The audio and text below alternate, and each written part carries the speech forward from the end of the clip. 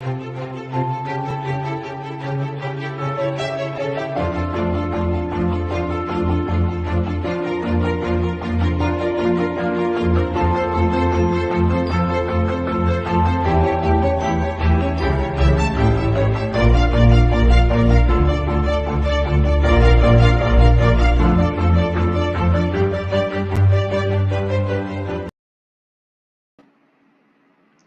and welcome to another episode of Working It Out with Damian Micheal. And of course, I'm your host with the most, Damian Michael Williams. What can I say about this episode? Make sure you run, get your popcorn, your wine, water, libations, whatever, because you don't want to miss even a crevice or a corner of this show tonight. Tonight, we're going to be talking about, not about black swag, but we're going to be talking about how to be and how we are beautifully blackly black. The title and topic of today's show is Why My Black is Beautiful. Don't you know you're beautiful? You rock. Baby, this melanin says everything. And there's a long history about it. Tonight we're going to talk about that. But before I do, I want to check on you. And also remind you that this month is Women's History Month. Today's spotlight for Women's History is May C. Jemison. May Carol Jemison is an American engineer, physician, and former NASA astronaut. She became the first Black woman to travel into space when she served as a mission specialist aboard the Space Shuttle Endeavour. Jemison joined NASA's astronaut corps in 1987 and was selected to serve the STS-47 mission, during which she orbited the Earth for nearly 8 days on September 12th through the 20th, 1992. May C. Jemison, we salute you, sister. All right, so just to remind you, my dear friends, you're not alone. This show is for you. We hand carved this show, per se, just for you. So be encouraged. If you have a moment while you're watching the show, reach out to us. We'll direct you to someone. Okay? All right. So without any further ado, I want to bring on, I'm so excited about the guest tonight. It's going to be so epic. Call, tell your friends, your homeboys, your girlfriends, your boos and bae things that it's time.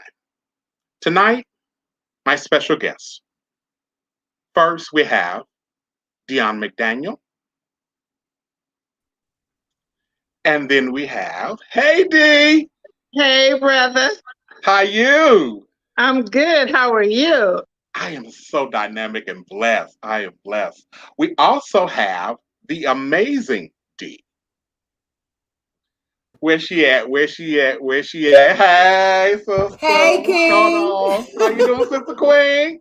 I'm doing great. Good. Good to see you. We also have, as I call him, Professor Eugene Robinson from Stories in Black. How are you, Eugene? How's it going? I'm great. I'm well, thank you. I'm well, thank you. It's good to know you're great as well. Indeed. And also have this gentleman from Greg's Haberdashery by the name of Greg Schroeder. Hey, what's going on, my brother? Hey, fellow king, how you be? I'm good, King. How are you? Dynamic and royal.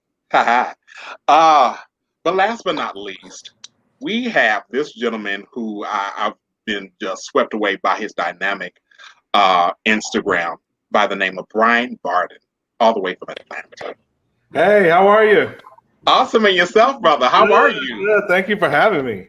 Thank you for being here. I appreciate you being here because we're going to be talking about some great, juicy things tonight. And I needed your help. All of you here are necessary for tonight. I mean, this So panel as just looks delicious. hey, doesn't it? All these hues of chocolate and mix, swirl, and all that stuff. It's all Right, good up right. in here. All this here. Mhm. We got you. We got a Yeah. scoop for everybody. Shoot, this is 31 flavors right here, all in one. I'm just saying. Just Mhm. 6 of them, baby. It's all in here. No need to But choose one flavor here. hey, baby, get it all, baby. Get it Right, I all. love right. Get your life. See, this is why I love my family, my people, my beautiful people, because we can relate and we can talk, and there's love and positive energy and joy in the midst of this, and we can gain strength and draw strength from this. So remember, every time we laugh or have a positive moment, draw from that. That's for you as well. Amen. All right, amen, indeed.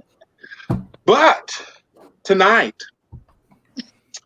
as I'm sure our viewers can tell, that we are blackity black black. How you doing? And proud of our lineage, proud of our culture, proud of our heritage. The very foundation of what they call the US of A is all because of us. I mean, we basically have created just about everything. Yeah.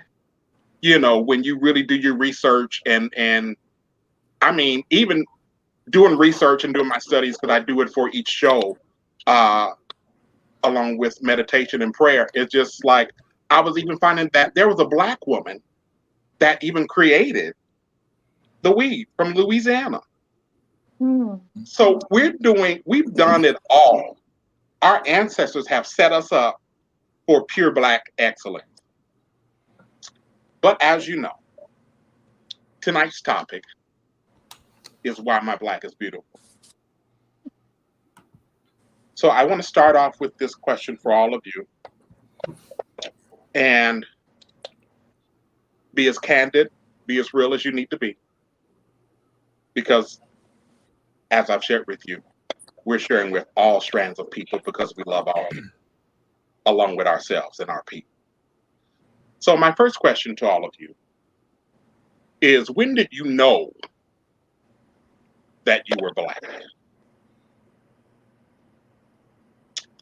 D, amazing D. I was trying to be nice and be like, let me let somebody else take the reins,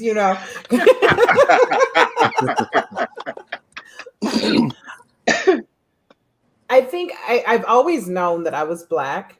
I just wasn't aware that I was different Mm-hmm. until my father. My father, I've never seen my father with an African American woman. This man could never be Muslim because he loves pork and white women. Okay. And so You like the pork rinds. Oh, okay. right. Full of hot sauce. Okay. So I wasn't, I've always known that I was Black. I just didn't know that being Black, that there was a difference between me and my white friends, my Hispanic friends, my Asian friends. So continuously seeing my father with these white women, it created it created a complex for me. And from that moment on, realizing that my father, in my head, didn't prefer his own race, made me hyper aware that there was something wrong with who I am as a person. He set the precedence, Right. So that's when I became super aware that I was different. Now, mind you, it's taken years to embrace that and become the queen that I am. But when I did, oh my God, Yeah. the realization that not only was I Black, but I'm also royalty. And I've carried that ever since. Awesomeness, queen. So, the next lady of the house on this evening. Ladies first, honey. Hey, in his peace. We are gentlemen. Chivalry is not dead. I'm just saying. But, Queen Dion, when did you know that you were Black? I've always known I was Black, but I didn't know our worth. Mm. Um, And I didn't know that people made a difference because I was Black until I went to high school. And the high school I went to was very diverse. And the area that it was in, it was undercover KKK. So Wow. until then, I didn't know that my Black was any different from their white. I just thought we were just all people until then. And then as I got older, and in my spiritual walk, I found out that I am created and I am fearfully and wonderfully made. Yes. So that just increased how I knew that I was Black and wonderful and royalty and all of that. Yeah. And I prefer Black. Hey. Just because you can't get no better than that. Hey, that's what I'm saying. And Dion's Cash App is, just in case you want to send an offering, run me that $sign on both ends. Okay, thank you. No.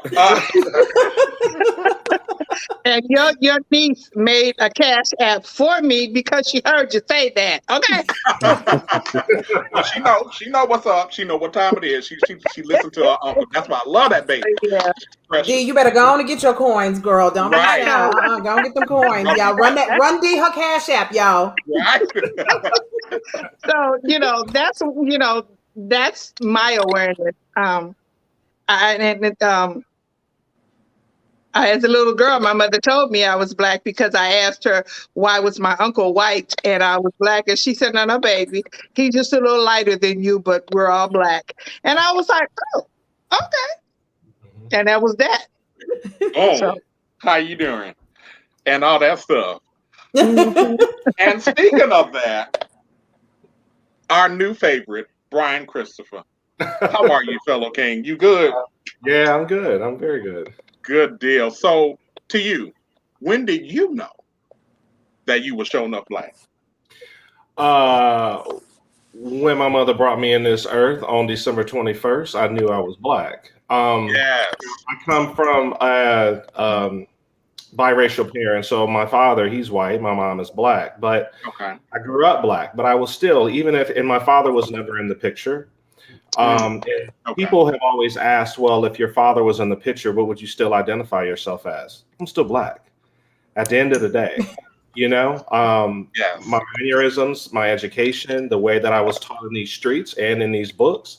Hey, street smarts, right. So, but I will say, though, it really hit home for me because I did question myself a little bit growing up, where I was the light-skinned Black because they called me the white boy Rick or whatever, and I always had those emotional moments going to my mother and say, it was those am I adopted type of questions, because again, my father wasn't in the picture. Right. But she's like, no, you just as Black as us. You still have the same thing. You're good. Black is running through those veins. And then I've also encouraged racism as well in my career and getting older. So, I'm Black, and there's nothing wrong with it, and I love it. Beautiful. Well said. Well said. Indeed. Greg Schroeder, brother, what's going on? Hey, how you doing, brother? Awesome. Awesome. Good. Listen, when did you know that you were Black? Yeah, so like Dion and Dee said, I've always known that I was Black. But I'm going to take it through more of a spiritual perspective. Growing up in the Black church, we were taught, like Dion said, that we were fearfully and wonderfully made. All these beautiful scriptures that kind of affirms us as a people and affirms us as Black people. True.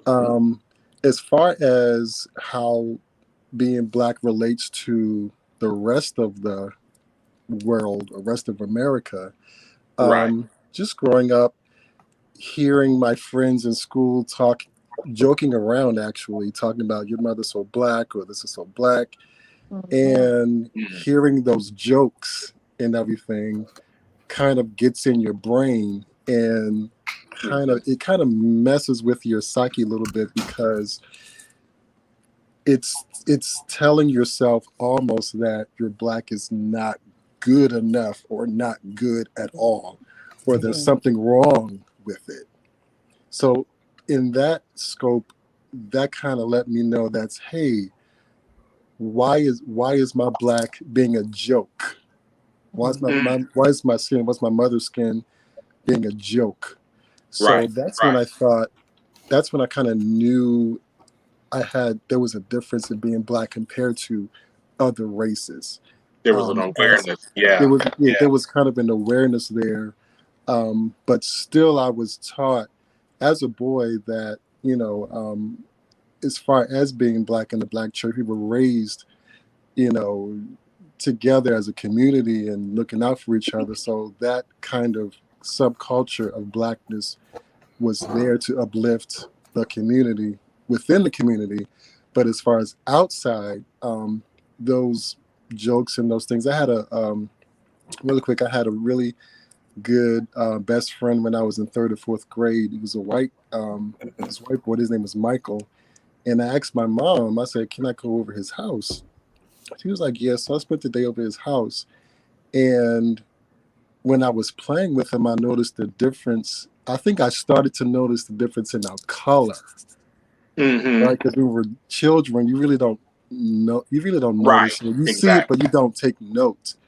So I was noticing the difference in how him and his mother, the relationship between him and his mother, and the relationship between my and my mother, the way that they interact, the way that I interact with my mother is totally different. So there I started to denote the differences in cultures and notice that certain things their culture does and certain things our culture do.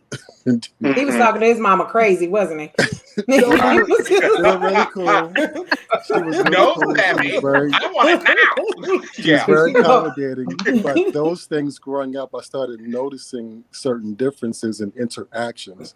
So that's kind of when I started noticing, hey, I'm black compared to other races, other cultures. So Right.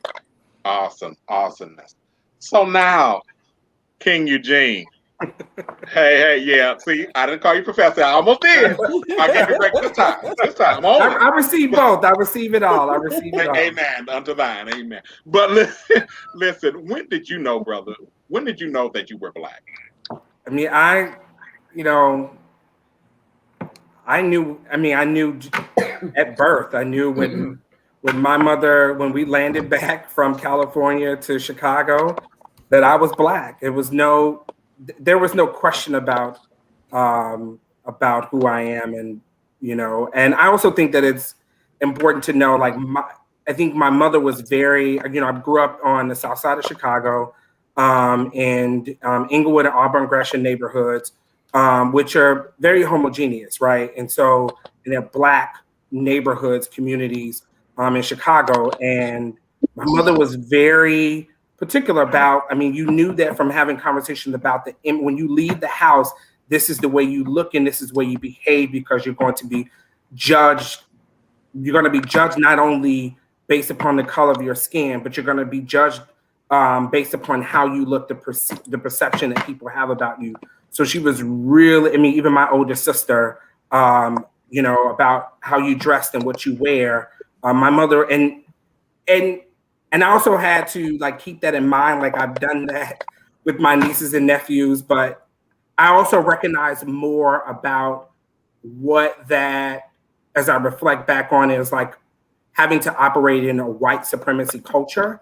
Like, you get programmed around those things because it was important to my parents. Like, that was important. They weren't any roadblock to get in the way of your black excellence. They knew that, right? They knew that these things would get in the way of you demonstrating who you are and your excellence. And so they wanted to remove those things. But as I got older, you realize how we had to operate in this white supremacy culture and being judged based upon the texture of our hair, being judged, the skin color and what neighborhoods you live in and where you come from. And so, but I'm very proud of where I grew up. I'm very proud where I come from. I went to a diverse elementary school, and I knew then, right, when white kids are being bussed in for this magnet elementary school, right? My sister was being bussed out to go to, she was gifted, and she went,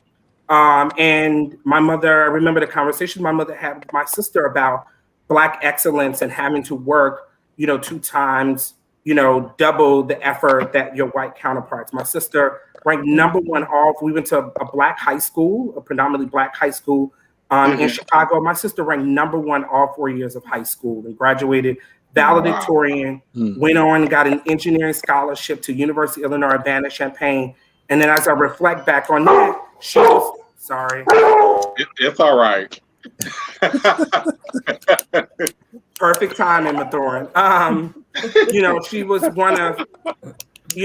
one of a small group of Black females in the 90s in this very sort of prestigious engineering program, and having conversations with her about what that meant and what she had to go through. Then. I knew then. Right. And as I reflect back more and more, that it's a continued white supremacy culture that we're operating in. Very much so. Before I go to this next question, I just want to share because, of course, I knew that I was Black, especially, of course, as Greg stated earlier, when you're in school, your kids, you don't see that division just yet in its entirety. I'll never forget, I was walking down the street with my mother. I'm 6 years old. And it was a little girl, Caucasian descent, and her mother. And she turned around and pointed at me and said, "Ooh, mommy, look, N-word." And for those that wonder where I get it from, the apple doesn't fall far from the tree, because instantly my mother bent down and looked at the little girl and said, "No, baby, your mother is for teaching you that word." So, because I'd have been like, where's it at? I don't understand. Right. It. Is that a new insect or something? Yeah. She immediately said that. And of course, the white lady was, bloodshot red. So that was my first experience of knowing, okay, there's a difference here. And even, Eugenia, even as you stated, that training is that, I call it that racial boot camp training, where, okay, you have to govern yourself accordingly, because those people out there don't care if you live or die. So I got the straight talk, about my education, about how I govern myself, how I carry myself, how I dress, how I look, how I speak. It all has to be on point. And even to this day, Black excellence is a part of my life because of that, just on a general stance. And I'm thankful for that upbringing. But yet, on the flip side, it's a shame that you have to be in combat training before you go and deal with the before you go to the grocery store. Before you go to the liquor store at the corner, right? I had a situation where my sister, she made this beautiful Black BLM design, and it is the BLM fish with a lion in the middle. And I'm standing in the grocery store, and this lady, first of all, she looks me up and down. So you already know she's about to get it. And then she proceeds to tell me, "I don't understand why you people are still promoting this terrorist group.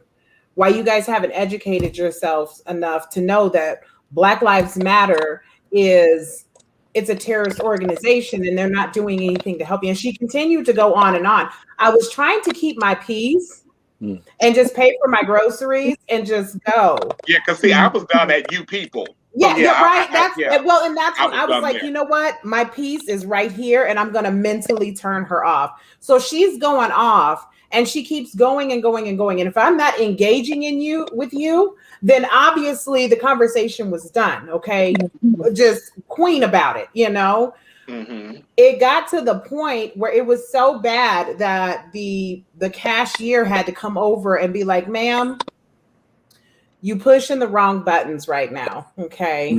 Here I am in this suburban neighborhood. I'm the only Black woman for miles, and you pick me to target. Wrongbeat.com.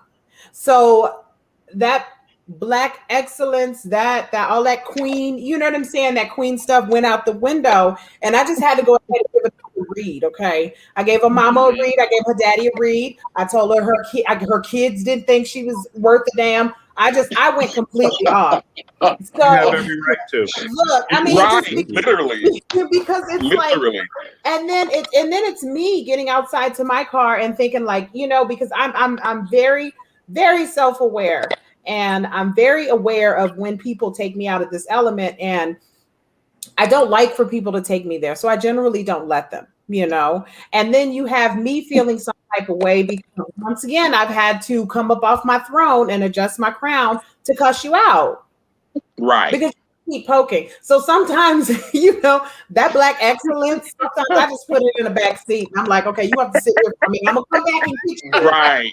Let me get this together first. You know what I'm saying? Hey, you have to do what you have to do.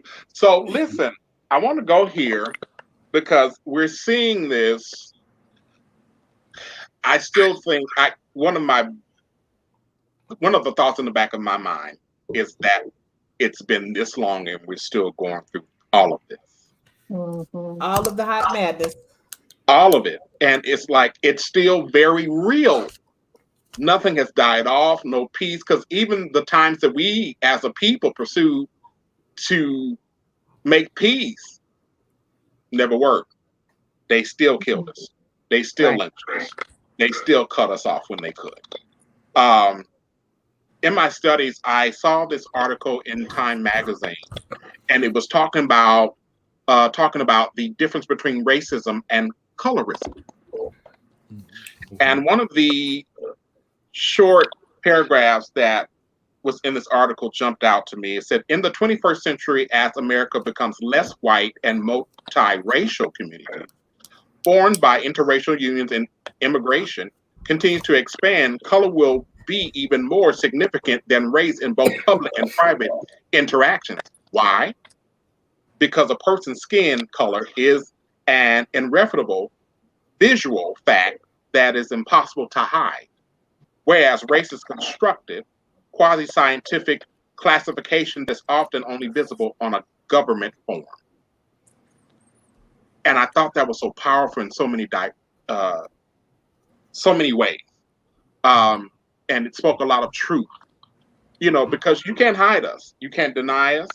I don't care what you do to us or toward us. There's no defeating us.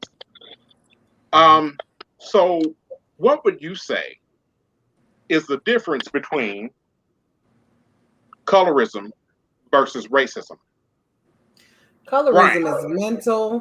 Racism is a business. That's just it. You know, colorism is it's a mental thing, you know, and it's ingrained in you when you're young. Racism is a business. You see all these people profiting off of racism. That's the difference for me. Yeah. Right. And I think colorism is a byproduct of racism. When you think about how, you know, you're right, like it's gotten in our heads. I mean, my own personal story, a struggle of wanting to lighten my skin, right? And wanting to, you know, remove the discolorations that is just the part, just makes me beautiful, right? But it takes, because of like racism in this country, we define beauty based upon that colorism, even just globally and even within our own community, like what we define beauty to be. And that's because of racism, what's gotten in our heads and what we believe to be beautiful. And so it's trauma. So I think a lot of us are recovering from the trauma from racism, and colorism is a byproduct of that. Wow. Brian, what's your take on that?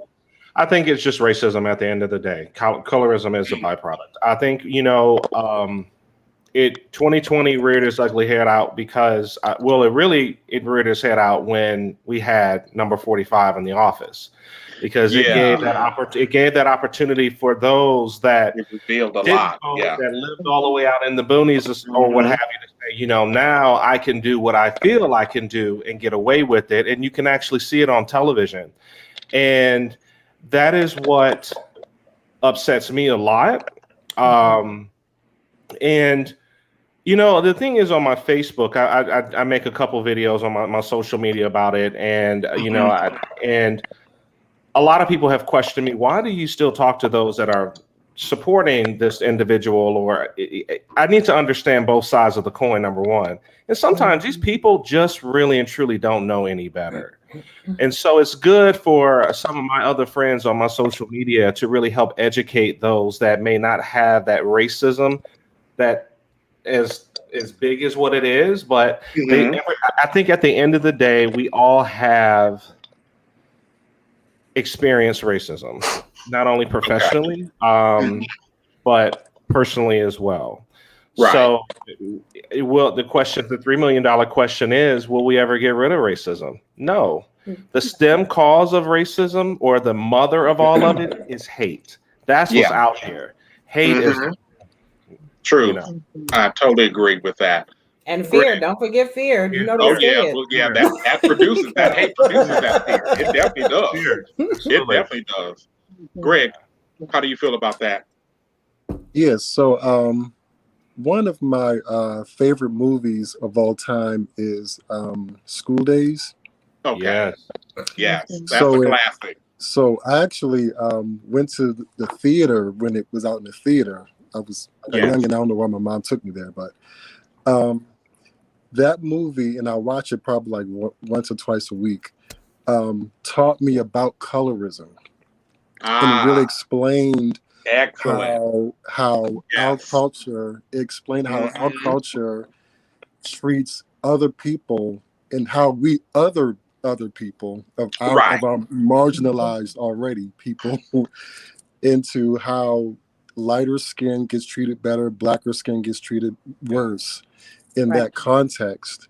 So I was taught colorism that way. And then, growing up, I did see, while I was in school, that, I was, it was pretty multicultural, but mostly Black. And there were, biracial, they were Hispanic, there were, a few other cultures there. And I saw how we would say, oh, she's so pretty. Oh, he's so pretty, because they have lighter skin. The long straight hair. And all of curl, that. And I agree with Brian that colorism is a byproduct of racism, because even historically, in the master's house, there were people, that were our women, were the mistresses of these masters. Yes. And, of course, they had their children, and, of course, and then the children of that product got to go in the house, or got to, got treated better. So I think as a people, we're still trying to heal from that, and we're still trying to have those conversations at the top. It's no longer buried, like he said, these racists or these white supremacists are coming forth. So coming out of the dark. Right. So our conversations at the same time have to come forth to address those things, and to address colorism, and to address racism. Bring things into action. Right. We can't be afraid of those things, because everything's coming to the forefront, and we can't solve it until we talk about it. No longer can we just live, because we, sometimes in our culture, we live these indirect rules. Cash App. No, so we live with these indirect rules, right?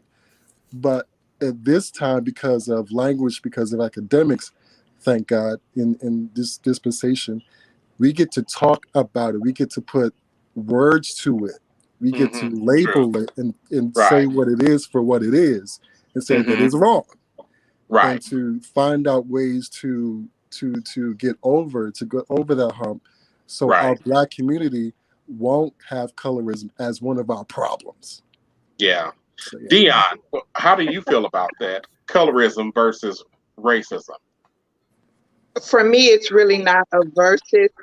It is more of a parallel, because they already said that colorism is definitely a byproduct of racism. And you fear what you don't understand. And we're a misunderstood people just by virtue of the fact that we're different. We look different. Our colors are different. So it's hard to explain it sometimes because it doesn't make sense to me. Because it's like, how did you come to these conclusions that I'm lesser because I'm of a different race? And then within our own race, how am I lesser because I'm a darker hue than some others? So I've always had an issue with wrapping my head around all of that. So, you know. This is one of the reasons why I love my sister, because the way she puts these things, and then she wonders why people always put in the comment, preach! But, I mean. Get your cash app out there, sis. Right, run me that. We're seeing things, as I stated earlier, we're seeing things live and in living color. Yeah. Brian even stated everything, and as well as Greg and all of you, everything's come to the forefront. It's been pushed up to the surface of the water. So now we see this Meghan Markle using colorism as an advantage to have a conversation of racism, microaggressions. But honestly, because see, here's the thing, and I'm going to put it out there, and I'm going to do it without, So here we have Meghan Markle. I watched the entire the interview with Oprah in its entirety. I said, wow, this is her actual first experience being Black.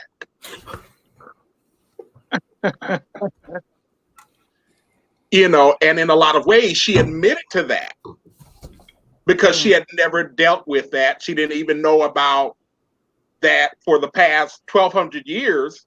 You know, they were, the British colonizers.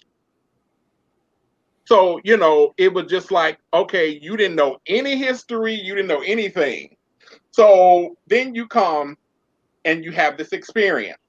You fall in love, you have this experience, and then all of a sudden you're blackballed. Literally. The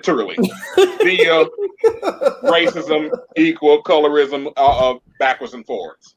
Mm-hmm. You're dealing with all of this. Of course, it's harsh, it's wrong. We've known it for years. Had no choice in the matter. That was part of our upbringing and training. Even though, yes, we watched the wedding with Princess Diana, with that long, long trail. But I mean, when you look at that, this brings me to my next question. It's a two-part. So, what does it mean to be Black in America, and how is your Black seen? Brian. What does it mean to be Black in America, and what? And how is your Blackness seen by America? I would say being Black in America is having that voice. You are able to voice and fight. I think that's the difference with us as Americans, African Americans. We're able to do this. Not all countries, if you're Black in those countries, will allow you to do that. So we're able to voice that.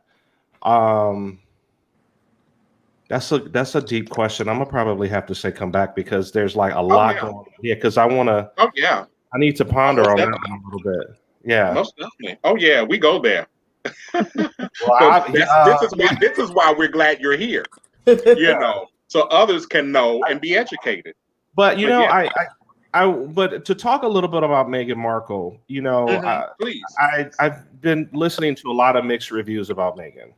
Here's the thing. I think this royal family was really thrown off guard because they seen this woman. She knew exactly what she was doing. She was able to really and truly grab force of a crowd, just like Princess Di. So they see that history is repeating itself. But I think where through that monkey wrench in, they were like, wow, this is a Black woman that actually can speak. She's educated. She's She educated, knows right? how to really work a crowd. And that royal family wasn't ready for that. They wasn't ready for that change. And the question is, are they ever ready for it? And it's no. No. They're not ready for it. They want to be as pure as possible.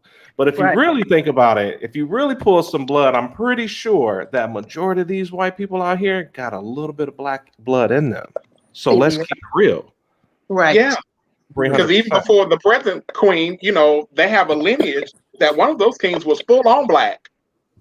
Queens too. The queen, yeah. How you doing? That's what I'm talking about. You know, so it's just like, hey. Was the first queen wasn't she Moors? Yeah, she was. So those are the things I think that history is important. I think a lot of our younger generation need to understand the history of blacks. It's not just running across the field, or it's not about roots from Isaac. You know, no, it's not about that. It's really understanding that black culture, the black history, the true black history. It's some good stuff. Right. Exactly. Eugene, I need to hear from you. What does it mean to be black in America, and how is your black scene? And if you care to even speak on the Meghan Markle situation as well. I have a lot to say about the Meghan Markle. I will hold it. I will say, I think that, you know, part of the project, if I can just, you know, mention Stories in Black, is sort of part of what we're trying to do is elevate.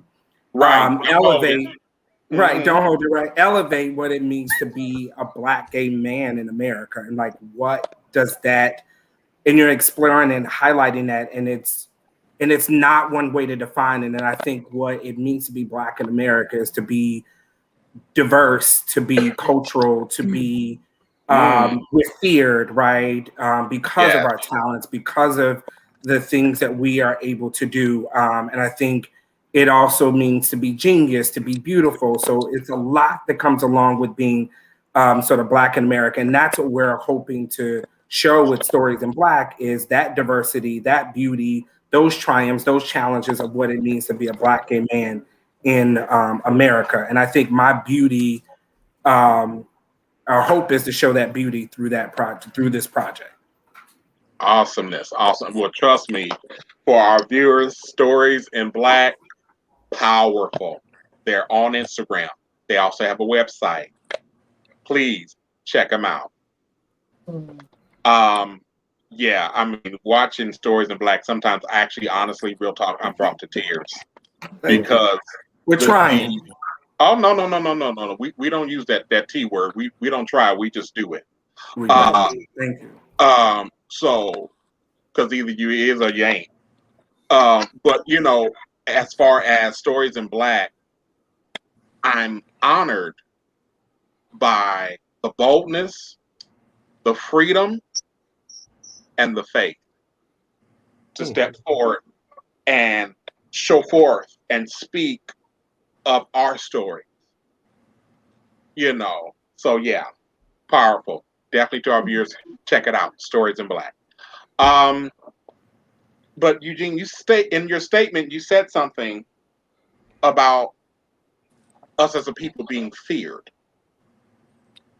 So my questions to all of you, here we go. Why do you think that white people are afraid of our blackness? Part two, why are black people not only afraid, but sometimes ashamed of their blackness? Yeah, so please share. I'll kind of start. Okay. Because they know our value. They know what we bring to the table. They know that, and even in history, if we ever got a glimpse of who we really are, we are resilient. Yes. We push through. We find a way. They see us as cash cows. They see us as commodities because of our value. And then what they want to do is instill fear in us to be ashamed, so we won't self-actualize as a people, right? So we won't, as Brian say, have that voice, because our voice is powerful. Very. Right.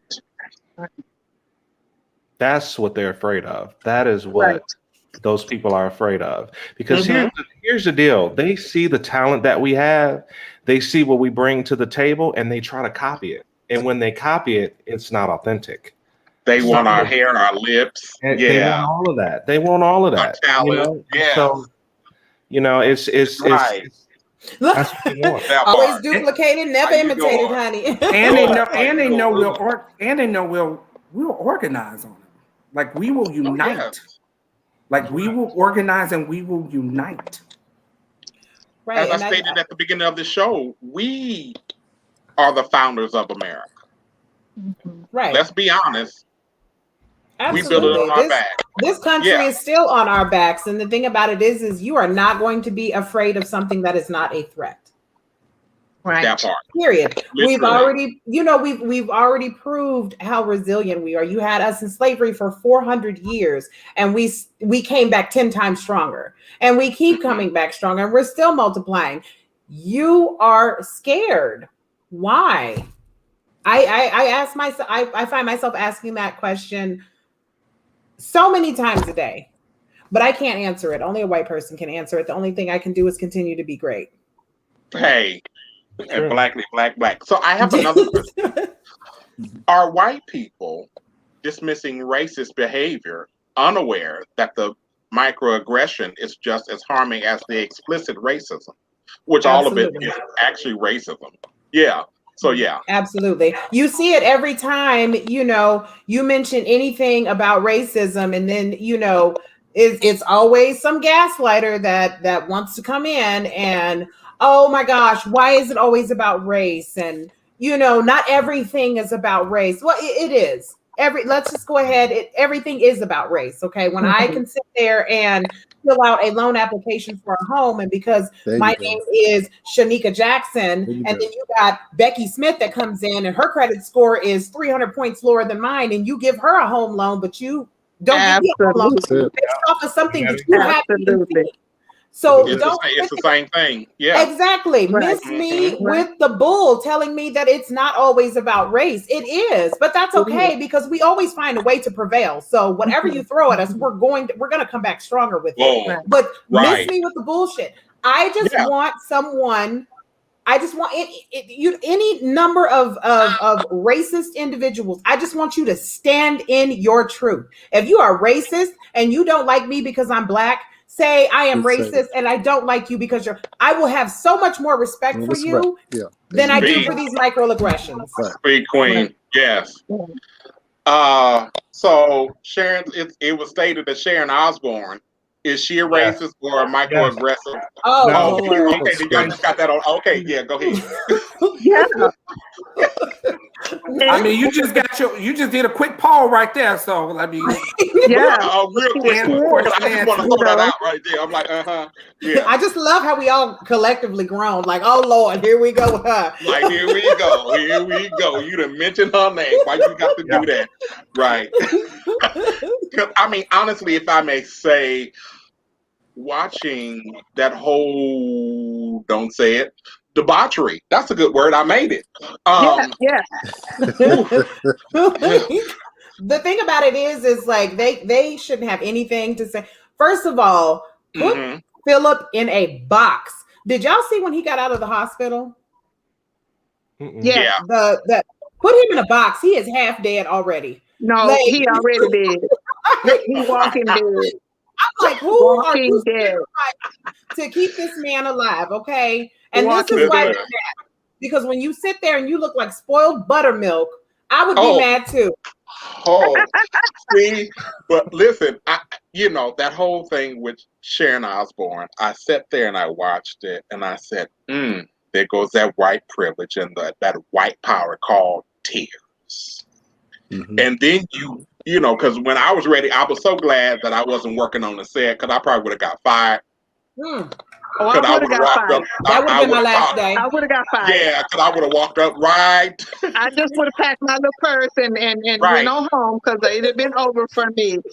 And what angers me with them, they always want to try to backtrack. Oh, that's not what I meant. Correct. I'm not really racist. And then the tears. And then it's like, oh, I'm sorry. I don't want your apology.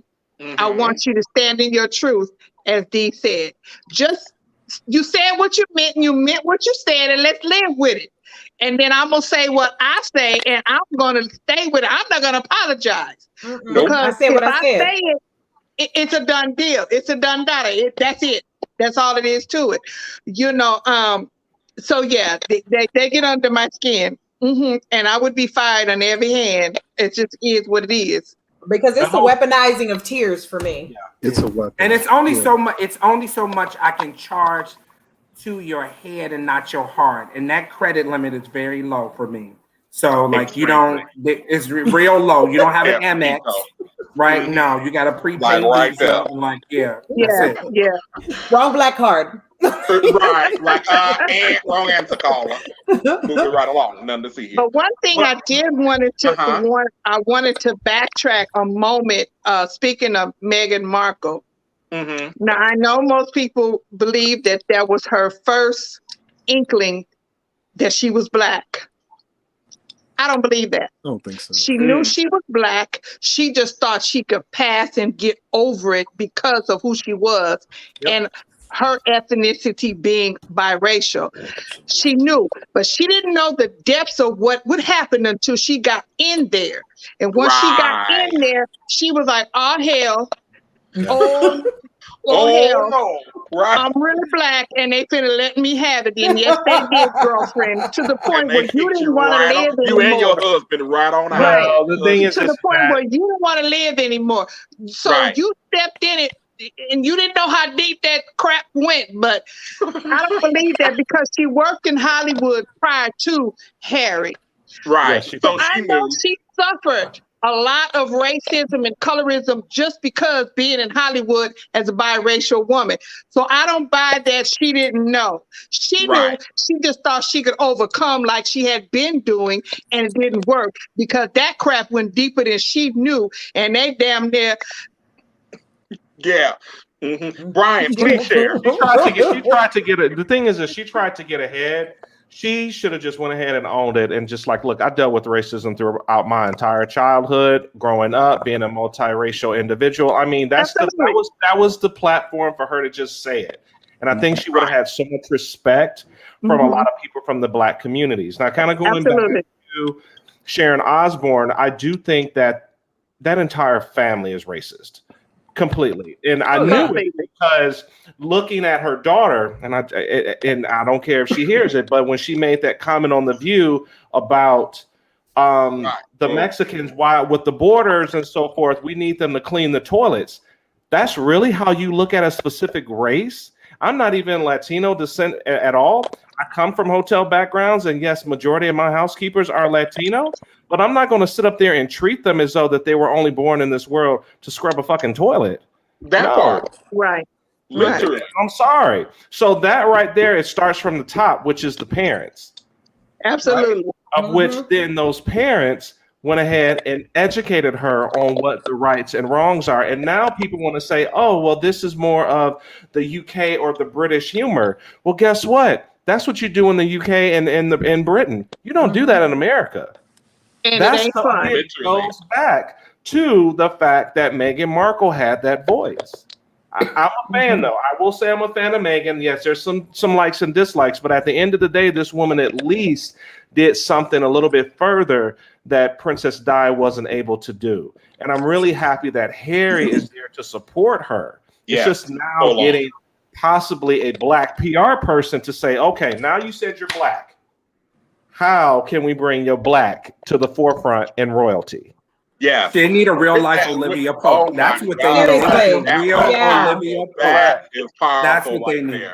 And can we just give it up for Harry for being a man that says, okay, I've got to get my family to safety and I don't care what it takes. He didn't give a damn about no royal title. He didn't give a damn about anything. He wanted to get his family to safety, and he did that. And I have to give that to Harry. I have to give it up for him. Yeah. And guess who gave him safety? You know, guess who gave him safety? We did. Exactly. I'm going to, ladies and gentlemen, we want to segue off, but we're coming right on back. So, To all of you viewers, there is a part 2 coming. Make sure you tune in next week. All right. So, Greg Schroeder, we'll see you soon. The Amazing D, we'll see you soon. Ryan Christopher, we'll see you soon. Dion McDaniel, we'll definitely see you soon. And Professor Eugene, we'll definitely see you soon. Hey, Professor. Thanks again for watching. Ah, that was so good. I didn't want to stop. It's so juicy, but trust me, next week, yeah, it's going even deeper. Talking about why my black is beautiful, part 2. So yeah, how you doing? You making it? Are you surviving? Are you living? Are you thriving? Self-evaluate where you are. Own your feelings. Live and stand in your truth. Pray and meditate for atonement within yourself. Why? Because you're worth it and you're necessary. Your existence on this earth is necessary. We need you. We love you. And to all of you that are dealing some days good, some days not so good, and I get it. There's someone waiting to speak with you. You can call the National Suicide Prevention Lifeline at 1-800-273-8255. That's the National Suicide Prevention Lifeline at 1-800-273-8255. And of course, you can always go online to NAMI.org. That's www.nami.org. Once again, this is Damian Michael Williams, the host with the most, and you are watching Working It Out. And remember, in all you're doing, wash your hands, social distance, sanitize, and wear your mask. It's that simple, just like this, right there. Boom. Cover your nose, wear your mask. You're not just here for yourselves. We're here for each other. All right?